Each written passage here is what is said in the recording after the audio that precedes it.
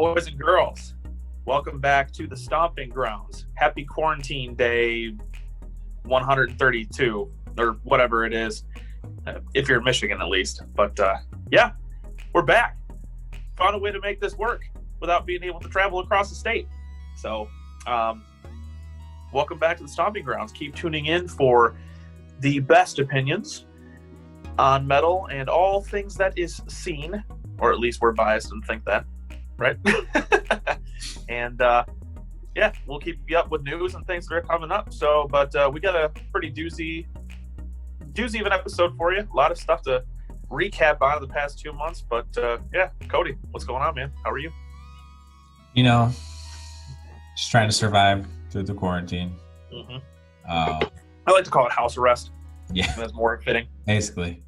But I mean, nothing's really changed. I've still been working like crazy and whatnot. So outside of not being able to go out to eat, that's about the only thing. Yeah, I've been rotting in my house because my job's down. But what does that allow me to do? Listen to a lot of metal. So we got a lot going on. Why don't we just get this thing rolling? We'll talk about what we're stomping, what we're curbsiding, what's garbage, which we'll get to. Hint, hint, AA. And yeah, let's talk about what's going on. So what are we starting with? Top 10 bands that we've been into recently? Yeah. So we've got, my top 10 bands, in the scene. Then we have yours. And then we also compiled a Curbstomp top 10 bands.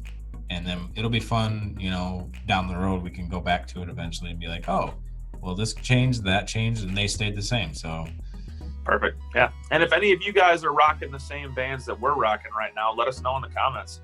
We definitely want to hear what you're stomping on the radio and in your phones. I almost said iPod. We don't even use iPods anymore. But tell us what you're listening to and give us some ideas, things that we might not mention or know about, so we can do new reviews and new things for you. Keep you updated and let you know what we think. So, got it. All right. Well, let's just I'll rally off my top 10, and this is kind of who I've been digging. Now, if anybody knows us from our two other casts that we did a little while ago, I'm more based on that heavier side. That's where you'll find me. So, but I'll just start kind of from, we'll just go up the list, and the first one that I chose, we'll just go down the line from 10 to 1, and 1 being my favorite. But Dayseeker's on my list for sure. I'm not usually into a lot of post-hardcore bands or lighter metalcore groups, but Dayseeker's got a couple of tracks that just have jived with me. That I really enjoy, and actually a lot of the people that come over my place dig too. It's like I would say that Dayseeker's a really good intro to metal band. Does that make sense? Yeah. Like if you weren't into it, Dayseeker's a band that I think anybody could get into, unless you hate everything that has a guitar in it. Then I don't know what to say about that. But so Dayseeker is probably is up there on the list. There you go. I've got I Prevail up there, which I did not have a little while ago. I don't usually like to hype or jump on the hype train. So when I Prevail was getting a bunch of publicity, I was kind of like, but I gotta admit, man, they're good. They've got some really good tracks, and I know everybody that knows I Prevail would probably be like, oh, I like the song Hurricane. But I like the ones that, like Paranoid, Breaking Down. Those are really good tracks. I enjoy those. So they're there. I've got Ice Nine Kills up there. Always love them. I know a lot of people give them flack because they got their song ideas from, books and from movies and everything, and they think it's kind of like a cliche niche that they're into. But honestly, I'm a horror fan, and I love those kinds of things. So when they're taking a story that I enjoy and making a song out of it, and a heavy banger of a track to it as well, then you can't really go wrong. Now we're gonna move into a little bit more of the grittier side. I've got Impending Doom up there. I wanted to put them closer to the number 1 spot, but it takes them like 50 years to drop another album. Anybody who knows Impending Doom knows that. So even though they released Sin and Doom Volume 2, 2018 that came out? Yeah. Probably going to be 2022 that we're going to get another album. So I hope not. Please, Impending Doom, if you're watching this, prove me wrong. I would love more to come quicker. So it was 2014, right? The last album? I think so. Yeah. And that was Baptized in Filth. No. That was not. That was the album before that was Death Will Reign. Okay. So, yep. And Brooke, you're one of my favorite vocalists, man. Please make more music. I want to hear some more. A new band, not new band, they've been around for a while, but a band that's new on my list is Slaughter to Prevail. Dude, Alex Terrible, man. I'm telling you, Satan is in a metal band and he's Russian. We'll get a little bit to their single Demolisher that just came out in a little bit, but Alex has taken one of my top vocalist spots, and Slaughter to Prevail's on that list. He's a vocal genius, just crazy. Next up, I got Betraying the Martyrs, their most recent album. I love the two songs, Parasite and Eternal Machine. The breakdown in Eternal Machine is freaking nuts, and they have perfect sync with everything. Perfect music, perfect vocals. I'm not insanely crazy about the cleans in some songs, but in other ones they fit really well. And I think Betraying the Martyrs definitely earns a spot on my list. And then the last couple ones that I've got here is Fit for a King. Ryan Kirby is a beast. Just a beast. If you've ever watched him do the end scream on Warpath, or I can't remember what song he does in Dark Skies. Backbreaker, that's it. Yep, dude, he does it live, man. Yeah, he can hold that sucker 2 minutes straight. It's crazy. It's crazy. So he's good. And then up on the top twos, I got three left. Top threes, Into the Flood. Brendan is another beast of a vocalist. Insanely crazy. I don't know too much. They did have a switch up where Brendan was a Christian and now he's not. And they haven't really talked about why they fell out of it. There's a couple bands that are actually falling out of their faith. Like Gideon did the same thing recently, but that's another topic later on. But yeah, it's still, whether that happened or not, Brendan is still a beast. Into the Flood has some great music, and Brendan's range, especially his whistle pitch screams that he can do, which he doesn't do too often, but he can hit them. They're crazy.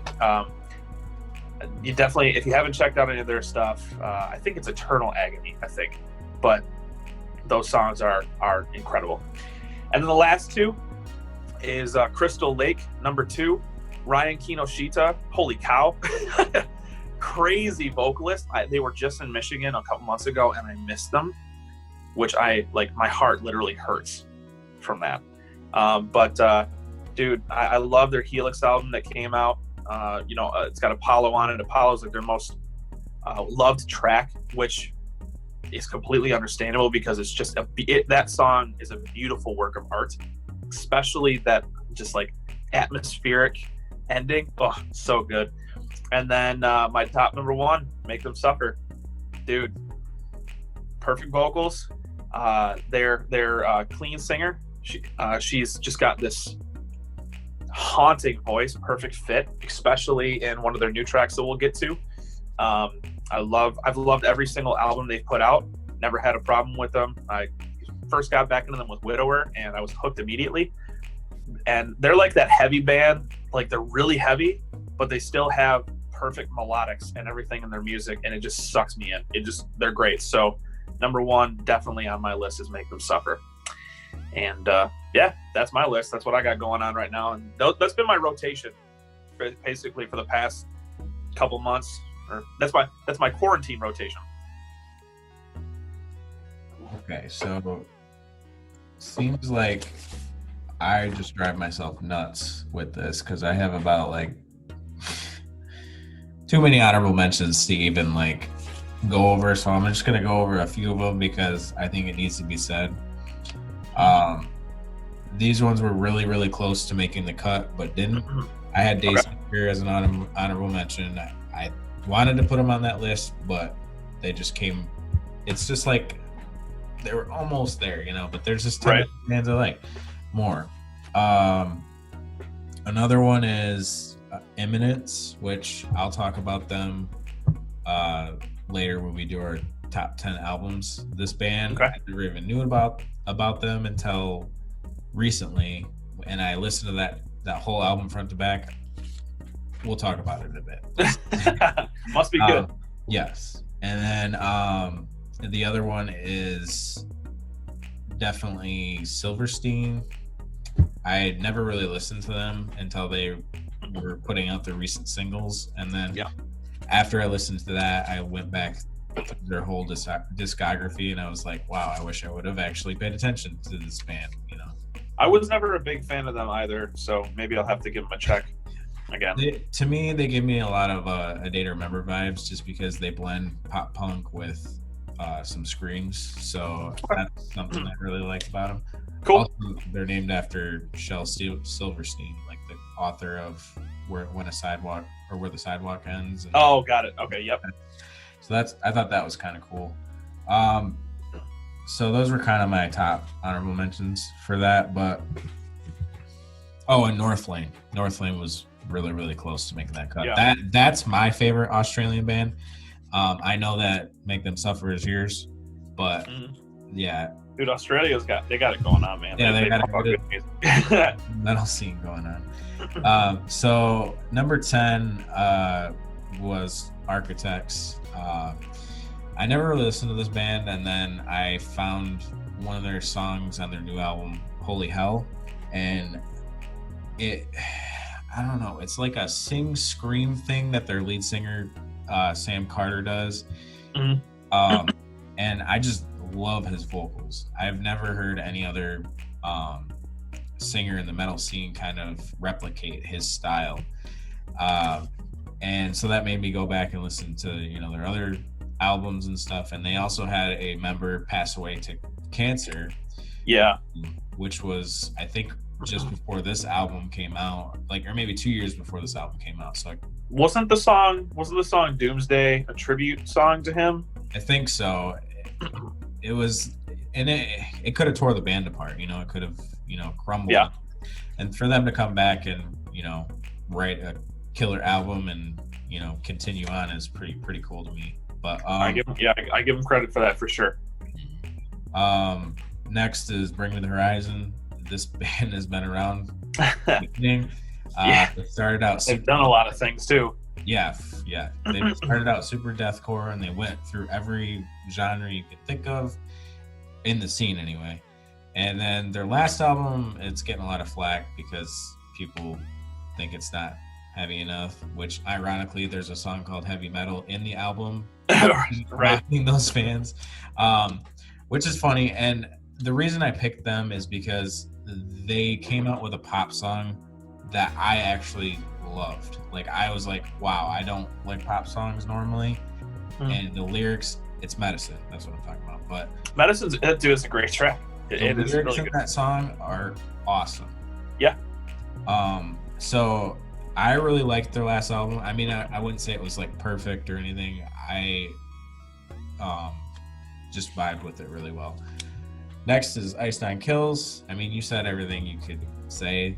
Right. I've seen them probably 6 or 7 times, and their live aesthetics that they pull off, just amazing. And yeah, seeing them live with you was like one of the best shows I went to. They never disappoint, that's for sure. Nope. And the other thing that I should say about that is the member changes that they've had did not, you know, hitch them up at all, because not at all. They had Justin, who dressed up as Jason quite a bit. He's doing producing now, so he's been gone. And then there was another Justin that went to Motionless in White. But the addition of Ricky Armolino, I don't know how you say his name. He dresses up as Georgie when he performs, but his screams are sick. He literally filled the void that they had. So for sure. Next is Crown the Empire. They've been in the scene from the beginning too. Long time. Their last album, I loved. It was amazing. We'll talk about it in a little bit because that's another top 10 I got. Okay. Silent Planet. Love this. They're good. This dude's screams. Just his screams, like it's like a prophet proclaiming things when he screams. I don't know how to describe it. I love it though. Like he's good. He's very talented. Very talented. Yeah. And I mean, I just resonate with like all their. If you've watched a track by track video on any of their albums, they're so deep. It's not even funny. Like, there's songs about. They have a song about Native Americans, land being stolen from them, and like just deeper things in history, which I find really cool. That's a big thing going on right now too. It's crazy. So, next one is Devil Wears Prada, which I loved in high school, and then we reviewed The Act. A few. That was the last episode. Yep. Yeah, and I was kind of not like lukewarmish on it. I didn't really wasn't vibing with it a lot. And then I saw them on the To Plant a Seed tour with We Came as Romans. And they also played a lot of throwback too. So like I got to see Outnumbered on the Zombie EP. I got to see some stuff. Yeah, good. With with Branches Below and Roots Above. Stuff like that. There were a few songs on Plagues. So they played some of the older stuff, and then they played stuff off The Act. And live, I was just like blown away. So I went back and I re-listened to it, and I was like, this album's good, man. I kind of fell in love with it. I know you don't feel the same way, but I apologize, Devil Wears Prada fans. The last album, I just it didn't click. So that's nothing against you all. I'm sorry, but that's how I felt off the bat too. Like I was like, I don't know if I like this or not. But then the more I listened to Silent Planet too, I feel like they were kind of similar styles, the way he screams. Okay, I can see that. But I mean, I like Silent Planet's screams better. But as far as like overall band with discography and everything like that, Prada takes the cake. So next band, Fit for a King. You said it. All you can say. Ryan Kirby, man. I don't think they've had a bad album, honestly. Like all their albums are solid. If you go back and you listen to their like Creation Destruction album, I had never listened to that. I got into Dark Skies and Death Grip. That's how I learned about this band, and then I went back and I was like, wow. Yep, they've got an album before Creation Destruction. The name escapes me. I don't know if it's Ascendants or Descendants. I'm not sure. I could be wrong. But even that album, which was their first one, was great. 3 is We Came as Romans. This band is near and dear to my heart. Rest in peace, Kyle. Exactly. And so I saw them 2 times before Kyle passed away. And I was like, oh yeah, they're really, they're pretty good. And I wasn't like diehard, but I think, this might sound bad to say, but like I think with the passing of Kyle, I actually grew to like them more. And just seeing the way that they've grown since Kyle passed away, it's just amazing because the 2 singles they put out were flawless. And I'm curious to see how this new album's going to sound because they have actual stuff with Kyle on it too. So that's going to be really interesting. It's almost like a ghost feature in a way. It's gonna be cool. So probably really emotional too. Yeah, and probably the most emotional I've ever been at a concert is when we went to the To Plant a Seed tour, and they were talking about.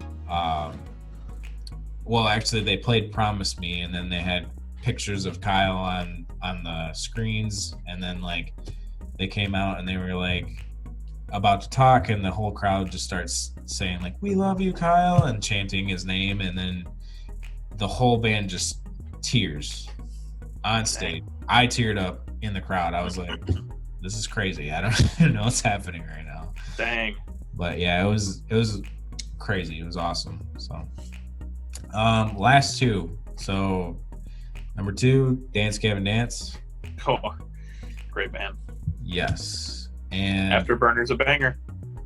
Yeah, we will talk about that. I got lots to say about that. But yep. Dance Gavin Dance, and then number one is I Prevail. I mean, if you just watch Hurricanes music video, you'll understand that this last album that they put out was a battle. Yeah. Mentally, physically, and emotionally. So you met the boys too. So I mean, twice. They're even nearer and dearer to your hearts. No, they're a Michigan band too.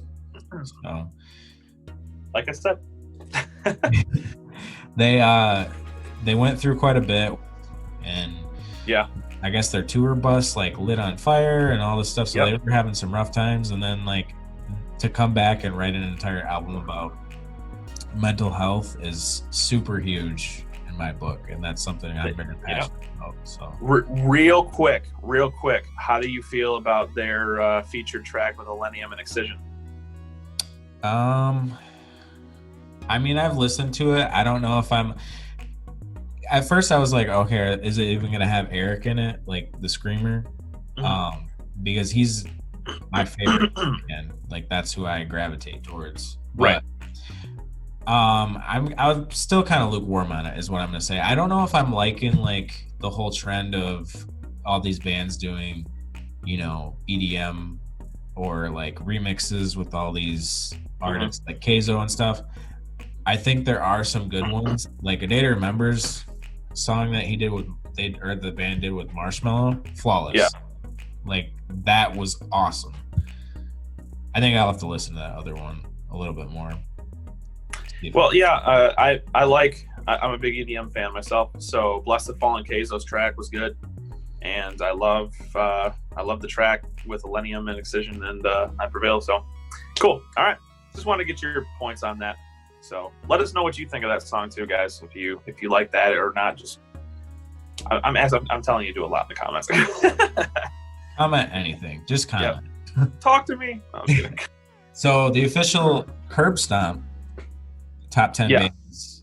Yeah, we put that together for our show is Fit for a King at number 1, because we both agreed on that. Ice Nine Kills at 2, Make Them Suffer at 3.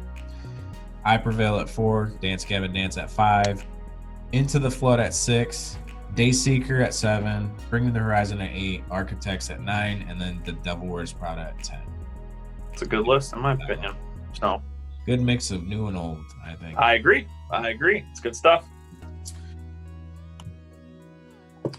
All right.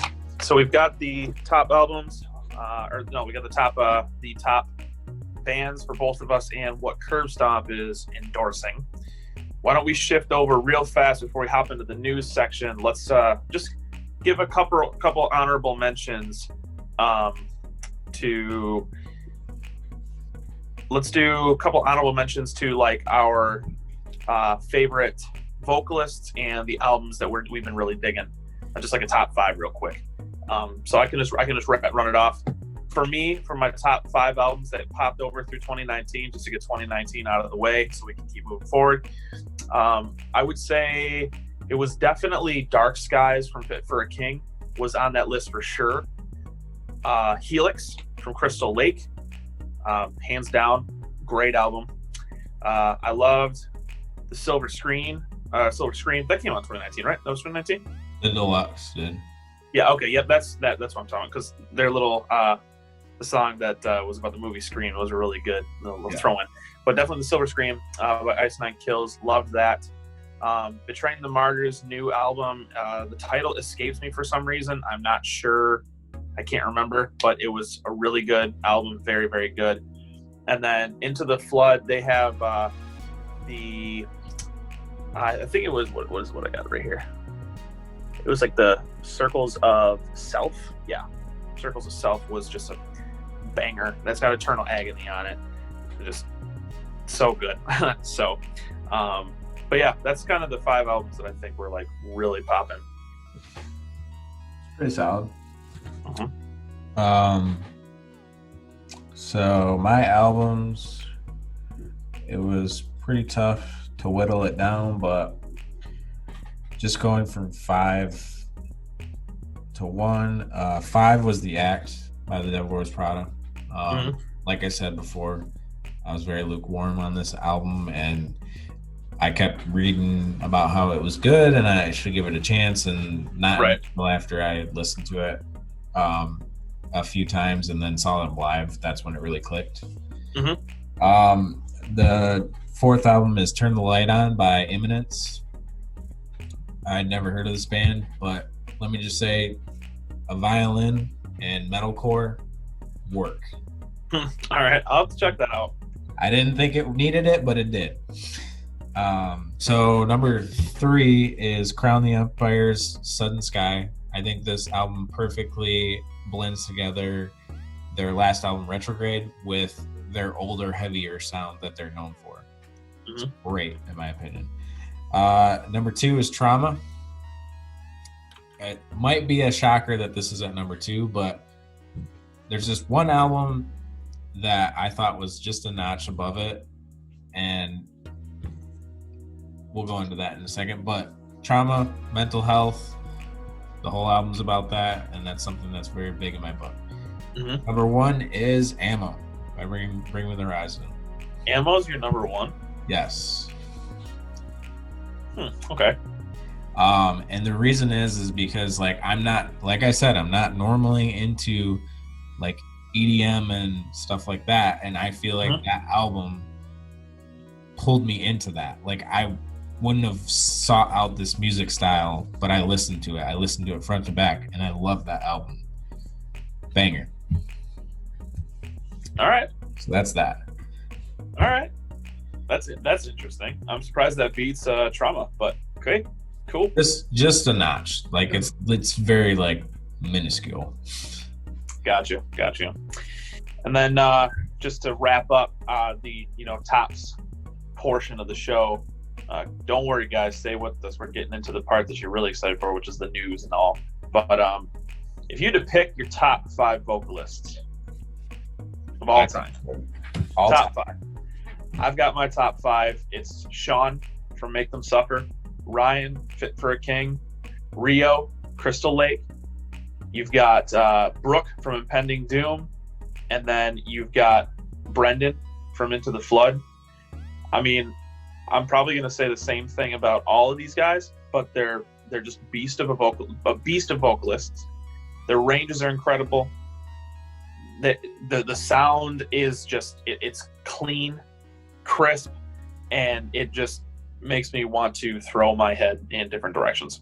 So they're just great vocalists, and like, I love Spencer from Ice Nine Kills, and it's just the other guys, but yeah, those are my 5. Oh wait, I'm sorry, I'd switch one thing up. I'm actually going to change up Brendan. I love him, but Alex Terrible would be my number 5. Dude, he's brutal. Just listen to Demolisher. Oh my lord, it's so crazy. We'll get into that, but yeah. All right, what you got? So top 5 vocalists. If I'm going vocalists just by themselves, my number 1 vocalist would probably be Ronnie Radke from Falling in Reverse. Really? Yeah, the dude, he slays. Like, anytime he's on stage, he has such a stage presence. His voice is so commanding. Like, he can scream, he can sing, he can rap, he can do it all. I don't like the guy. He's he's not a great dude. Let's just say that. But true. I gotta give it up to him. He's got talent like nobody does. Well, at least you didn't say the vocalist from Trapped. No, we're not gonna go that route. Ryan Kirby is another one. Yeah. I definitely I was like, oh yeah, I like Fit for a King quite a bit, but then when I saw them live, I was like, this is amazing. I like Fit for a King. Yeah. Spencer Charnas, I mean, just his vocal range, he's got the lows, he's incredible, he's got the highs, he can sing really well. Yep. Another one is probably Sam Carter from Architects. Like I said, I've never heard a sing scream blend like that. Yeah. and it's very unique, and yeah, I really like it. So that was 4. I just need one more. I'm thinking, honestly, Tyler Carter of Issues, to be honest. It was either him or Rory from Dayseeker, but I think Tyler... Yeah, I'd probably go with Rory over Tyler, but that's just me. Yeah, I really do like Rory quite a bit, but I think I just have more of an emotional attachment to Issues and what they've been through. And then especially live, Tyler screams. So I thought that was really, really cool. Okay. That's a good fit. He's got high pitched screams, but they're cool. They're good. Good fit. All right. Well, we got some albums coming up, man. Yes. Got some albums coming up. Got some singles coming up. Got a couple singles that have just popped up that we definitely got to throw on the recommend table. Why don't we dive into that? And I mean, you know, not to boast about my favorite band, but Make Them Suffer, man. How to Survive a Funeral. Woo! I'm excited for that. I am excited for that. Erase Me and Drown With Me. Those are the 2 singles they put up, right? Yes. Yeah. Erase Me, I think, set the stage for what this album's going to be like. Dude, like, I'm excited. When they released Hollowed Heart, and that's the single that they popped in, those couple months ago or last year, like right at the end, that was a banger song. But I think Erase Me has kind of set the tone of what that album was going to sound like. And How to Survive a Funeral, I believe wholeheartedly is going to be a banger. I will say this though, in Drown With Me, I wasn't feeling the chorus, you know. It didn't fit much with what was going on in the majority of the song. Erase Me, they nailed that. The whole thing was perfect. I play that song every day, I think. But Drown With Me, I love what Sean did with the track. The musicality was great. Once again, their clean singer, I keep forgetting her name, but she sings like a haunting angel. But just for some reason, that chorus didn't click with me. So, but I'm excited for this album. I can't wait to see what they're going to do. It almost feels like they swapped back to what they were doing prior to, what was the other album? It had Uncharted on there and all those kinds of things. I can't remember the name of it, but I need to get better with remembering names. But I'm excited to see what they do and what they throw on with How to Survive a Funeral. I'm probably going to pick that up like right off the bat. I agree with everything you said. I definitely like Erase Me better than the other single, but it sounds like the second single, Drown With Me or whatever it is they were taking a step in another direction, because Erase Me sounds more like Make Them Suffer has sounded in the past. Yep. Aside from, the female clean singer singing more than what she has done, it sounds more familiar to me than the other. Yep. And honestly, I prefer because she hasn't been with the band for too long. She's a newer addition. I prefer her voice over their last clean singer, in my opinion. And that's probably going against a lot of what people think, because I follow them closely, and I see on the Instagram comments that a lot of people are like, we miss the old singer. I kind of like where she's going with everything right now, honestly. I think she's a perfect fit. Fit. So, but yeah, I can't wait for them to drop this thing. It's going to be a banger, man. I'm excited. So, but yeah, it's going to be good. I agree. I guess we should just talk about the Ghost Inside's new album that's going to come out. Yeah. First album since what, 2014? Yes. That was what was their last album called? Do you remember the name? Dear Youth, yeah. So I'm gonna be honest with you. Aftermath was the first song I actually heard by the Ghost Inside. You haven't listened to any of their other stuff? Nothing. Nope. I never got into them. Just, it wasn't a band that I sought out. But because we were doing the show, I checked out Aftermath and their other single, and dude, man, that middle breakdown and Aftermath is what got me. I was like, whoa. So I'm going to go back and listen to what they did previously.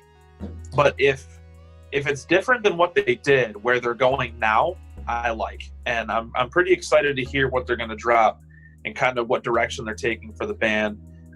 It's cool to have an album out, finally, since 2014. It's been a bit. So and everybody on the social channels was blowing up. They're like, the Ghost Inside's got a new track. So I was like, what's the hype? What's the big deal? But I get it. So and they were like a pretty big juggernaut before the accident. They had a few of their songs are over 1 million streams on Spotify. Alternative Press awarded their fan base like the most loyal fan base because they still had active fans long after they quit putting things out.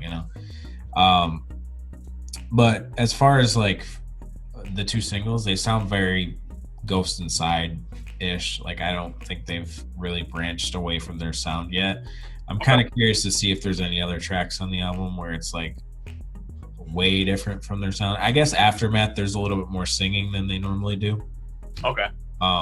Which is fine because they had a few songs where they sang, just not a lot. You Get What You Give, that album, I think that's what it's called. It's the album with the mountains on it. Definitely check that one out. That's their best album. I'll give it a run. So they had a tragic bus accident and they were all like horribly injured. They almost lost their lives. So it's really crazy to see, where they've come and that they're still, chugging along. That is an understandable reason of why they did not release anything. Yeah. Dang. I'm glad to hear you're doing better, guys. Exactly. Literally hear you're doing better. That's great. Literally. But yeah, excited to see what's going to come from them. That Breaking Point, the second single, I think that's what it's called. There's a line in there that's sick about how he says he looked death in the eyes. And so it's got a double innuendo to it because they actually literally look death in the eyes. So I thought that was really cool. And I'm curious to see like how much,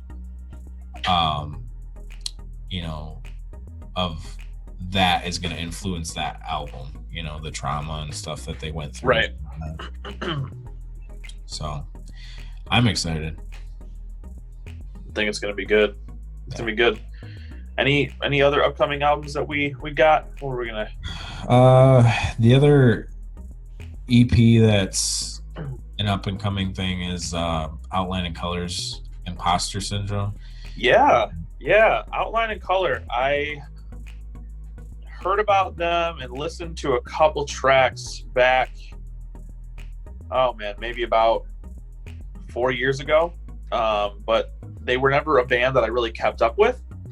So I'm interested to I might have to go back and bump their old stuff a little bit and then, to get prepared for what they're going to drop with this new EP. I would recommend checking out Jury of Wolves.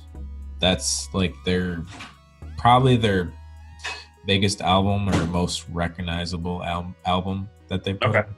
A lot of good songs on that one. So the two singles they released that were going to be on this album are called The Ghost of You and Breaking the Silence. Okay. They sound like, so the reason I got into them was because they sounded a lot like Wage War to me, with their cleans, and then the screamer sounded very much like Wage War screamer. So that's why I could see that. That's a good comparison. Yeah.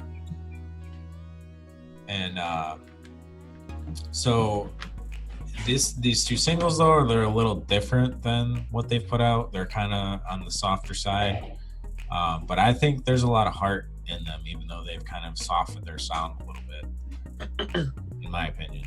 So okay.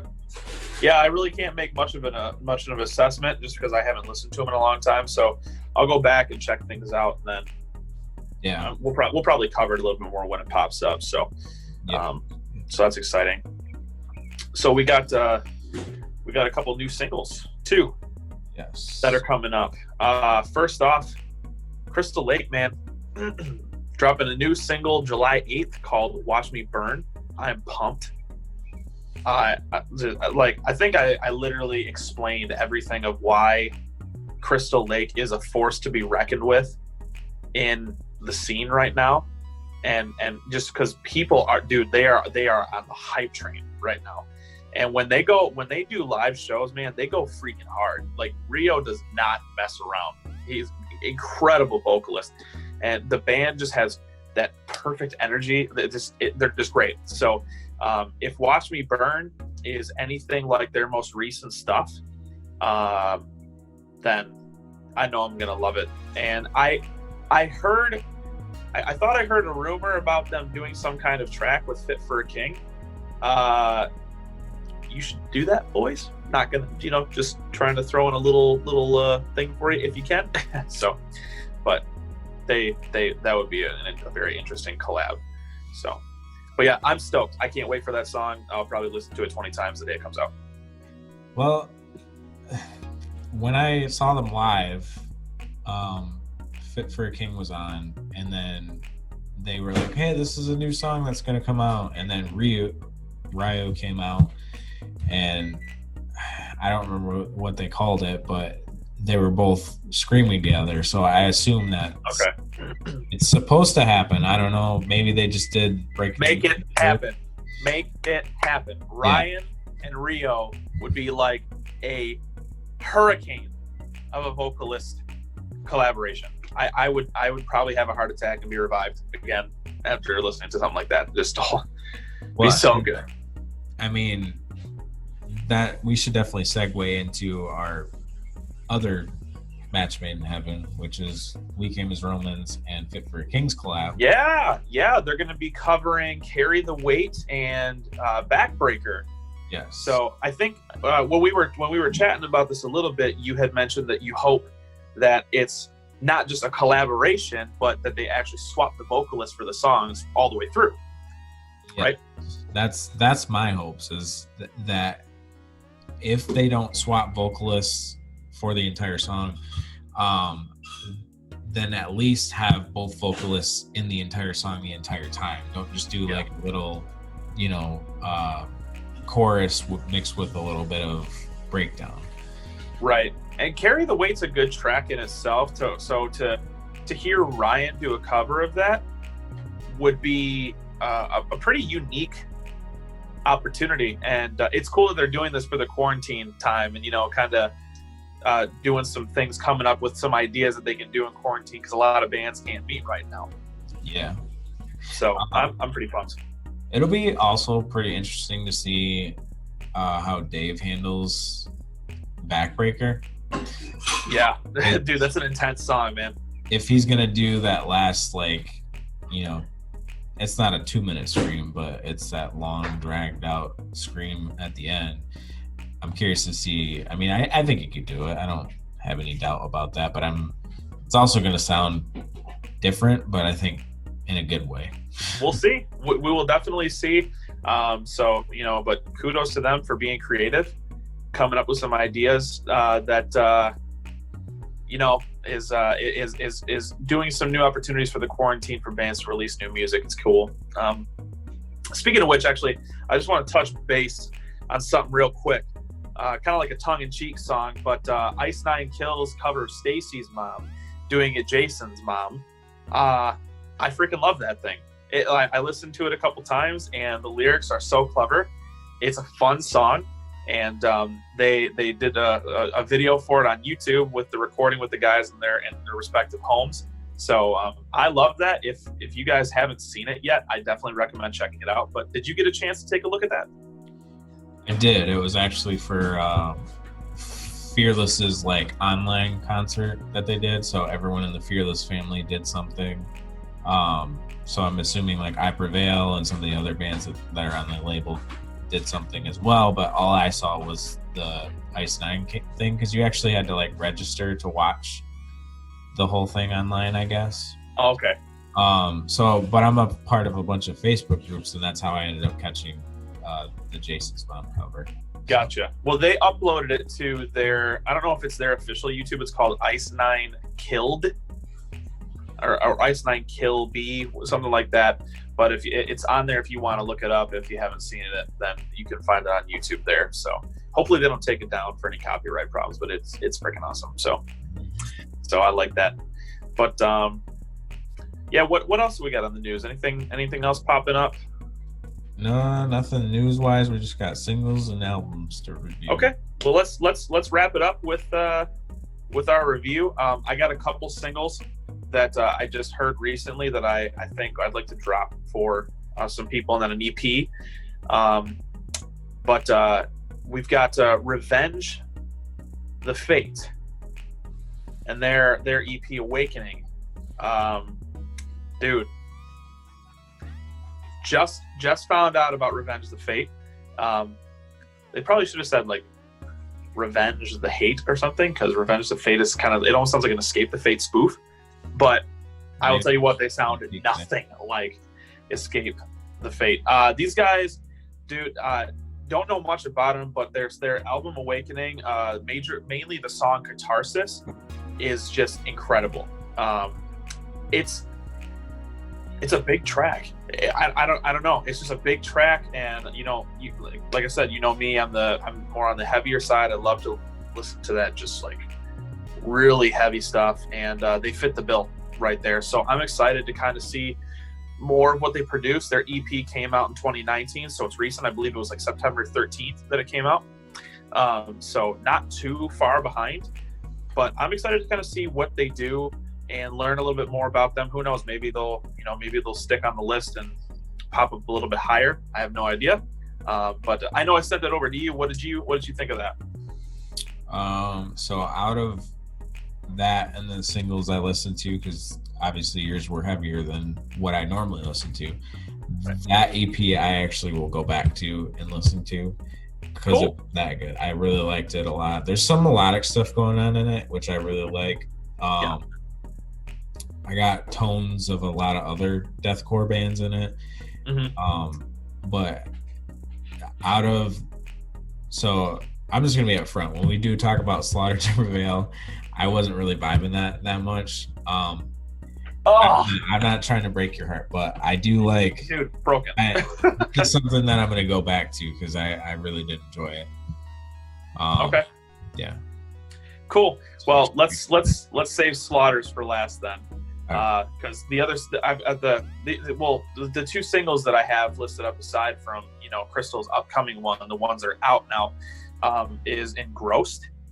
Just also came across them a little while ago. Their song Infected. I would say that this one is more like chugcore. When they just hit the one note on the guitar. They do have a pretty fast-paced breakdown in the middle, but I would say that it, for those of you who are into chugcore bands, like a good example is Eat a Helicopter. That's an old one, but Engrossed is a really heavy chugging band, but the song Infected is pretty good. I think I'd have to listen to it if I was in the mood, because I wouldn't throw that on to get hype. It's not really a hype track, but I'm excited to see a little bit more of what they have to offer, and I know you checked that one out too. Yeah. Who's Kyle Medina? Who's Kyle Medina? Yeah, I'm not sure. Well, apparently he's from Body Snatcher. Oh, featured in that song. Yeah. So I guess he's a featured vocalist in that song. I didn't know that, but they didn't list it when I heard it. But cool. All right. Yeah. I really liked the song. I thought it was good. It's a little short, I believe. I find it funny that you actually like Engrossed's single over Slaughter's single. That's funny because I'm the exact opposite. I don't know. Maybe it was the Russian that was throwing me off, but man. All right. Well, we'll get there. Yeah. No, I liked it. I thought it was pretty solid. I think I need to check out some of their stuff to see if I'm, going to vibe with them or not. But okay. And then just before we move to Slaughter, I've got just a couple two recommended singles that I think you should check out. There's what I got here. It's Defamed, their song Circles. It's another heavy hitter, banger of a track. Check that out when you get the chance. And everybody else, listen to that too. And then Left to Suffer, Loathe. They feature the vocalist from Bro Job, which I think is a hilarious name. But that's another good single. So if you want two little new ones, two banger tracks, you can listen to them. So not going to talk too much about them. They're just kind of something that I came across a couple days ago. But yeah, Slaughter to Prevail, man, their song Demolisher. Like I said in the beginning of this episode, Satan is Russian, and he is in a metal band, and it is this. Dude, first off, I plan on getting one of their Death the Kid, the Kid masks. I want one of those. They're freaking amazing, and they look sweet. But, man, Demolisher was great from the beginning, but I think, you said that the Russian kind of, you got lost there. That's my favorite part, because that is a perfect demonstration of how deep Alex's gutturals can be. And I've watched 3 different videos of him doing it live in different places, and he crushes it. It's insane. That is such a deep guttural low. And the double vocal that they use, the double vocal effect when he does Demolisher, when he says the word Demolisher after to go into the breakdown and does that roar after it. It's perfect. Alex Terrible, perfect. So I've been keeping up with him for a bit. I like his video that he did a cover of Infant Annihilator's song. It was like Holy Grave Birth. I don't like Infant Annihilator, but for some reason I love his freaking cover. And he just vocal matches him. That's all it is, but it's just insane. So when I heard Demolisher, I was like, yep. Oh yeah. So, but I need to know, because it's bugging me now. What do you mean you don't dig that track? Like, what the heck? I don't know. I might just have to listen to it a few more times. You have to go back. I'll go back only if you go back and listen to The Act or some of the other albums. Okay, fine.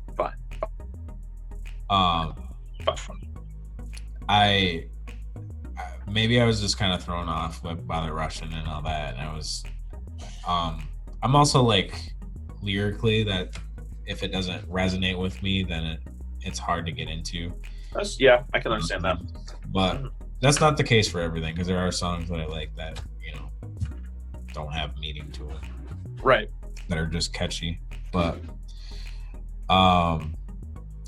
another band, this just kind of popped in my head, not to cut off your Slaughter to Prevail. Another band I've been listening to lately is Spirit Box. I've heard of them before. Yeah, if you want melodic, angelic vocalists, they have it. She's a singer, and then she has some of the sickest screams I've ever heard. Okay. I watched her do a YouTube, just her singing into a mic, recording one of her songs, and she's got some range. It's pretty cool. All right, I'll give them a check out. That'd be good. So, any Spirit Box fans out there, let us know. So let's get into the 2 singles I wanted to talk about. One of them was Picnic from Ashes to New. I did not like that at all. No, I think dude, all I got was Ymir ripoff. I thought you were gonna say Linkin Park ripoff, but no, I don't. See, it's kind of like the band that's kind of newish is Hollow Point. They're a rap core, and it for a lot of those bands, their tracks have to be a hit, or it's a hit or miss with me. And this one, it was a miss. I don't like metal that's all look at me, I'm so tough and I'm gonna do this. You're singing a song, bro. You're not gonna do anything. Come on. But just, it was so aggressive, and don't get me wrong, they're talented. The screams were great, but just for some reason that one didn't. I'll go back and listen to it again. I need to check it out again. But it just, the first listen, it didn't vibe with me. kind of like, this is okay, but I wouldn't throw it on. So I find it funny that you say it was too aggressive, and that's like where you come from. That's true. And Slaughter to Prevail isn't aggressive, okay? Yes. So I listened to the song when it came out because I was like, oh yeah, I heard it dropped like last week or whatever. So I was like, all right, I listened to it, and then I listened to it a few more times, and then I watched the YouTube video that they put out, and they recorded this video in an office with face masks on. And like in the intro, it starts talking about how like, oh, day this, we couldn't meet for our concert. Day that, try to record a music video, couldn't do that. Like, so it was meant for anxiety, the song was. Okay, that makes sense now. They tied it into the COVID panic. So I found that really, really cool. Got it. Okay. Now that makes more sense. I'll go back and listen to that with that in mind and see if it changes my thought. So yeah, and I thought it was I don't want to say they were using the COVID pandemic as like a, hey, we're gonna write a song about it. But completely off topic.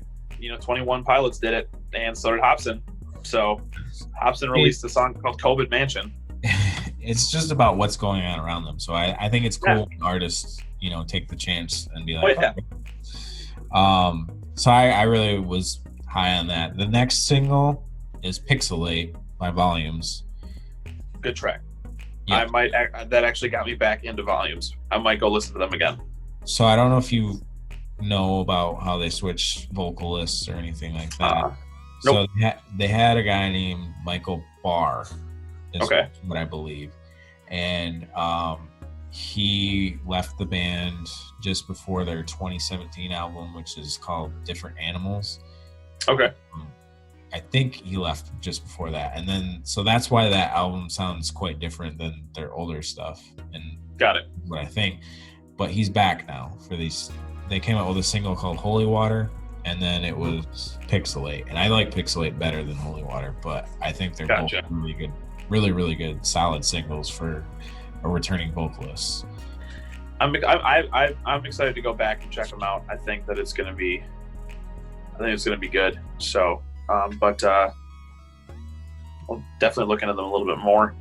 I know we got a couple albums left to cover. Yes. And then we're basically good. So why don't we jump into that? I'm just gonna say one of the greatest albums that has come out so far at least this year. Afterburner, man. Dance Gavin Dance. Yes. Dude. They brought the funk, man. It was good. Good stuff. I mean, this band is, I think they have saying in them. And when I'm saying saying in them, I'm saying that they go from, it's just like the power level just keeps going on. They go from Super Saiyan to Super Saiyan 4 to Super Saiyan God, all that stuff. Dude, look, I know they've been around for a while. I know they've kind of juggled vocalists. And like you were saying earlier, it's almost like an addiction. Like you hop on a certain era. And for me, the Tillian era is like my drug, man. Like I've listened to the other vocalists that have been before him, but Tillian's voice is so perfect for the way that Dance just styles their music. It's great. He's great. So that has to be said, like for a band to change vocalists 3 different times and still have a huge like not losing following or anything like that, like they just continue to grow. And then like they hit the lottery with Tillian. So yes they did. I mean, especially when they started out, they had Johnny Craig. He was probably one of the best voices in the scene, hands down. Like clean at the time, yeah. And then Kurt Travis, solid. And then they get Tillian, and it's just like level up. Here we go. Right. It's like they just keep trading vocalists and getting better and better every single time they do something. But exactly. So. I kind of envy these dudes because I wish I had the work ethic that they did, because it seems like they put out an album every year. Dude, for real. year and a half. For real. So like, what was it? Did Mothership come out last year, or was it like late 2018? Mothership was 2016. Artificial Selection was 2018. That's it. Yep. Okay. Afterburner was now. Yeah, so it's just like a year or two. It's just every single time. Yeah, and then they also release singles that aren't attached to their album. Right. So I'm just like, it was Blood Wolf and Headhunter, bomb tracks. Like, dude, so good, man. Yeah, they're an incredible group, and they've definitely got some talent for sure. I can't wait to just keep seeing them grow and grow and grow. But I will say this: if any of them by random chance do check this out, never get rid of Tillian. Keep them. Yeah, there'd have to be some pretty big like quarrels or something. Oh yeah, for sure. I think the band would break up if that happened. Right. So the other thing is they just don't miss. No. You know, like, and it's tough. Like, even a band that like first is starting out to not have, they're just like Fit for a King. Like, they don't have a bad album, in my opinion. Right. Even though the other albums are a little tougher to get into, but like once you get into them, it's just like, oh wow, quality for sure. Front to back, you know. So I'm just gonna kind of name off a little bit of the tracks that I highlighted throughout the album, because I was I've been listening to this album quite a bit. My favorite song on the album is I'm gonna try not to butcher this. Calentamiento Global. So it's a Spanish song. But just Tillian singing in Spanish, and then John coming in with his screams that he normally does with his lyrics. I did highlight a lyric from that song. It's dust in the wind, laying in the chalk, nothing to do, faking amends when it's hard to be the boss of your own abuse. Yeah, that's a good line. Great stuff. I like Strawberry's Wake. That's my favorite one. I did highlight that one. The video for that one is amazing. It's a good one. I also really liked Three Wishes. Good step. Yep, that's a good one. It's really something that like a band can get you to sing multiple stab wounds, yeah, around the house. Yeah. Because I mean, his lyrics are just off the wall, but they just work with that band. It's great. And then the other last two songs that I was really vibing with is Into the Sunset, which features Bill Murray.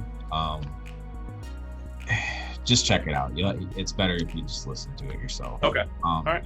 And then the other one is Nothing Shameful, which they had a feature from Andrew Wells, which they did last album, and it just Dance Gavin Dance, Tillian's voice and Andrew Wells' voice just work together. They do. My favorite song, one of my favorite songs by them of all time, is Evaporate, and that was the ending track on the last album. Nothing Shameful is not as good as Evaporate in my opinion, but it's pretty solid. So that's all I gotta say about that. Yeah, dude. We could do a whole episode about dance. Honestly, we should. Next episode, history of Dance Gavin Dance. Okay, yeah, for sure. Tell us if you want that, because we'll make it. So yeah. Cool. So the next album and the last thing that we got to talk about is The Death of Me by Polaris. Another coming Aussie band.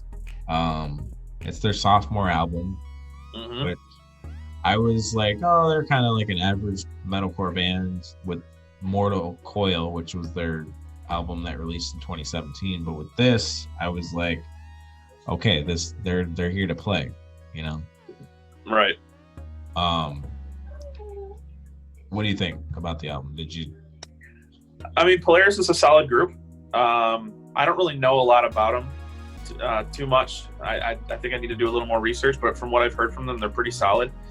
I'm excited to see what they're going to do. Hopefully, it's an upgrade from what they did prior. But usually with bands that only have that one album, I'm always kind of worried about, because if you release like a banger of a first album, it's hard to match that. Good example in my opinion is Imagine Dragons. Their first album was really good, and then everything else was kind of just like meh. So it wasn't up on the level of the first album. So I hope Polaris doesn't fall into that category where their sophomore is not as good as their freshman. We'll see. But from what I've heard prior, they're a solid group. They've got a decent fan base. So we'll see what happens. So, yeah. All right, guys. That was it. Comeback episode of Curbstomp. Hopefully you enjoyed your trip to the stomping grounds. I know we had a lot to cover, but there's been a lot that we haven't had the chance to cover. So hopefully you get some new bands in here. Some of our recommendations. Let us know what you're stomping, what you're kicking to the curb, what you like and what you don't like. We'd love to have some review ideas, some things that we can cover for you. We're here for you. So just let us know what you want to see. I'm really thinking about doing that Dance Gavin Dance History episode. I think that'd be a really fun one to do. So if you guys are Dance Gavin Dance fans, let us know if you want that, and we will make it happen. But yeah, until then, keep on stomping. Peace out, guys.